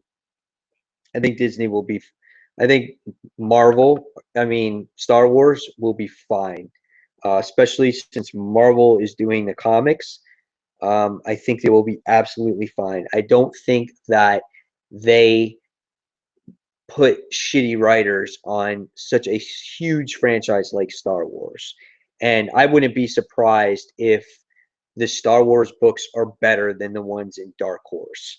So we'll see what happens there. That's just my opinion there on that,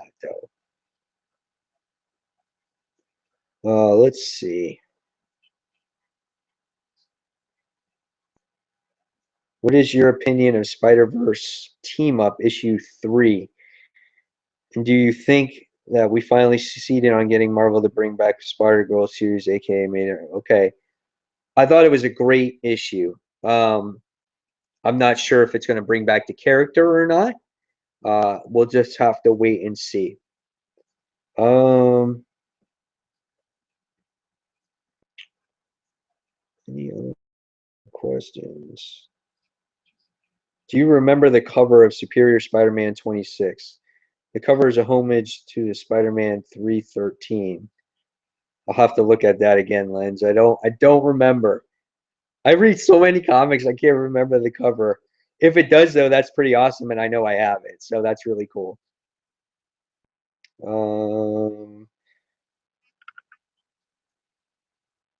What is your what is your opinion on Spider-Man One More Day, Civil War tie-in, which out of all tie-ins of the event, that was the only one.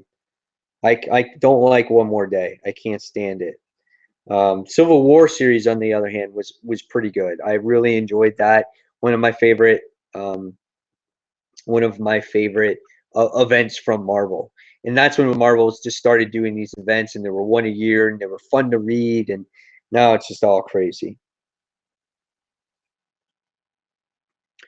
What is your view on Jerry Conway returning to writing Spider-Man in April? Yeah, he's doing this mini series or whatnot. Um, I think it's really cool. I think it's awesome.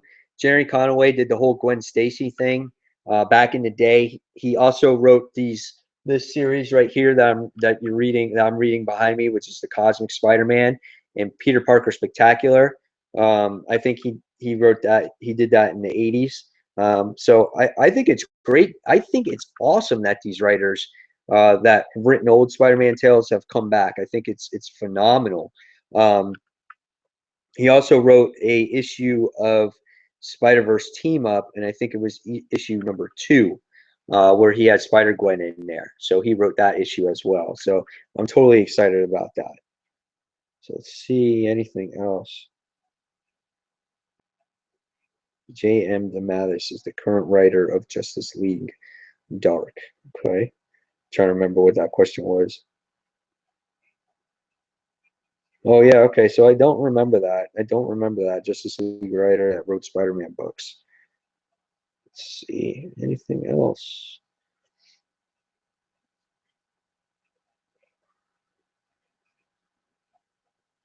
Yeah, again, guys, thank you for all your questions, all your time, just spending this time with me. It's been fun. Again, sorry I was late.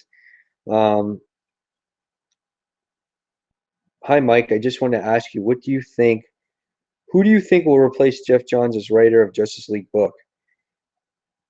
Scott Snyder is favored to replace Johns on Justice League book. Also, do you think Scott Snyder is becoming DC superstar writer? I think Scott Snyder already is with Batman, and I don't see him going away anytime soon. I don't want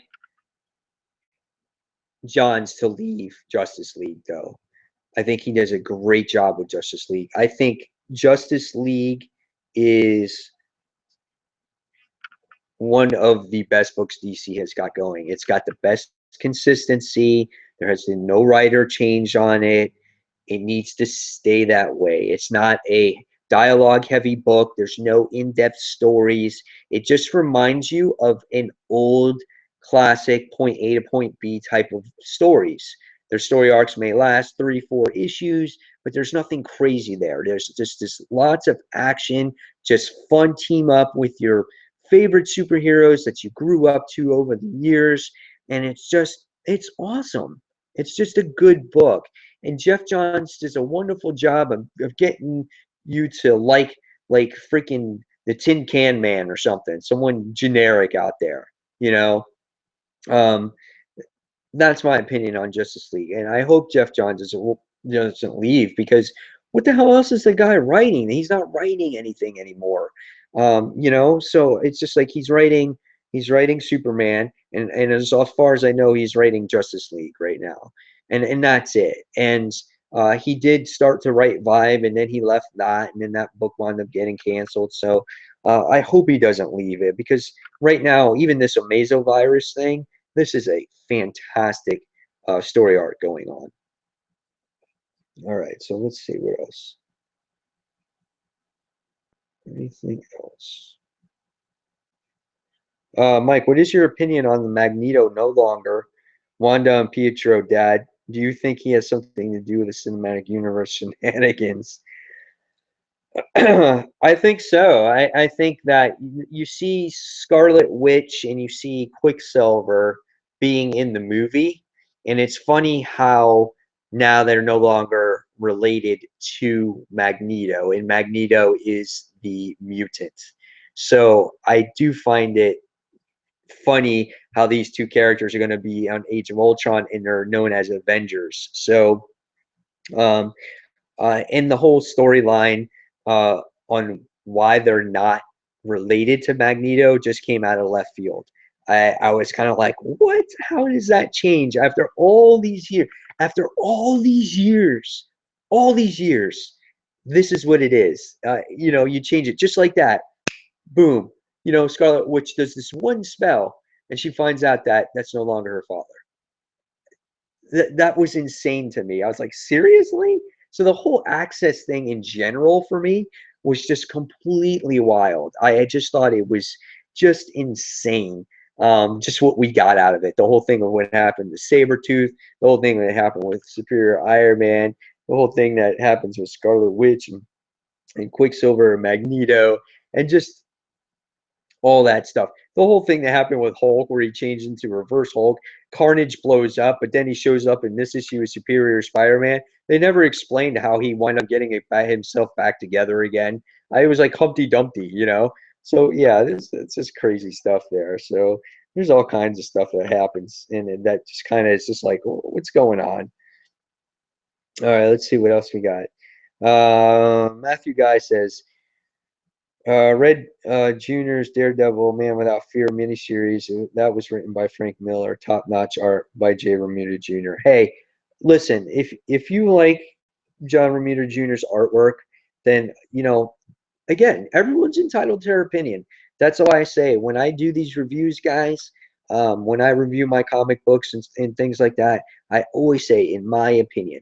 But again, you know, that's why I'm here on YouTube. You guys watch my reviews, you watch what I have to say. Again, I'm here to help you make the decision on what comic books to buy. You know, you don't always have to stand by my word. Sometimes I may be wrong, but hopefully I do help you guys make that decision.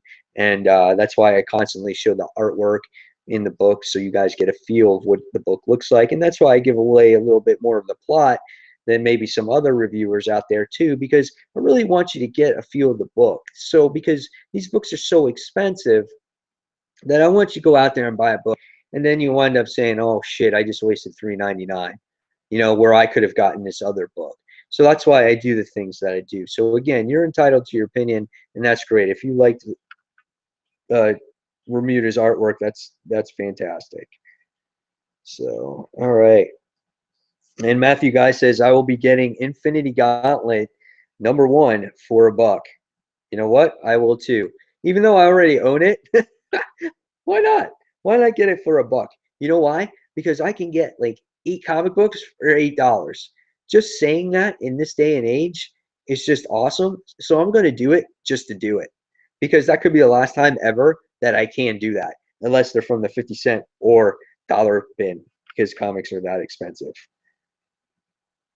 So let's see. What tie-ins do you think are must-buys for the Spider-Verse? I feel that all of them are necessary except for Spider-Verse team-ups. But if you want characters to shine, um, I would say just get all of them, because Spider-Verse itself does a very poor job at having its characters shine through. But if you read the tie-ins, characters come through, like Ben Reilly, like Kane, like Jessica Drew, like AKA Mayday, Spider-Girl. You know, you get to see all those characters come through. Gwen Stacy, where in the main book they really don't shine. They don't have a time to shine because there's so many other characters in the actual issue. So go ahead, check them out. I feel that you'll get a better appreciation from the event, even though the event is still not a perfect event. All right. So let's see. Yes, someone asked me if I'm reading Birthright already, and I'm going to. I will be reading that based off of your guys' recommendations. I will be reading Birthright for sure. Okay. All right, guys. I think that's it for me tonight. I think I am going to go. Um, Guys, I hopefully you appreciated everything tonight. Hopefully you enjoyed this show. I enjoyed answering all your questions. Been on for 2 hours. Guys, this week for things coming up. Again, it's my birthday and tomorrow's the Super Bowl. So there's going to be a lots of events going on. So there may not be as many videos as usual for a week, but I am going to try. Definitely look forward to this week's countdown, followed by a Spidey's Classic episode as well. We're going to episode 10 with that. So hopefully you guys are following that Spidey Classics. I love doing that series. It's fun to go back and reading those Spidey issues. And then on Tuesday, you guys can go over the Comic Frontline Live, and you guys can check out our show every Tuesday night at 9 p.m. Eastern Standard Time. Me and the guys over at Comic Frontline have a great show every week. We talk about the weekly's comics. We take your guys' questions. We do all kinds of things over there, and it's a great, fun time. We do a top 5 countdown as well. So if you've never checked us out over there, go ahead, check us out, Comic Frontline. We got our own website, so it's a lot of fun over there, guys. And also you can check out more of my reviews as well on Comic Frontline too. So between right here on Comic Book Corner 2.0 and Comic Frontline, I am quite the busy reviewer. So guys, again, thank you as always from watching, and until the next comic book review, this is Mike Spider Slayer signing off, and thanks for watching, everybody. Take care. Thanks for watching the special. See you soon. Bye.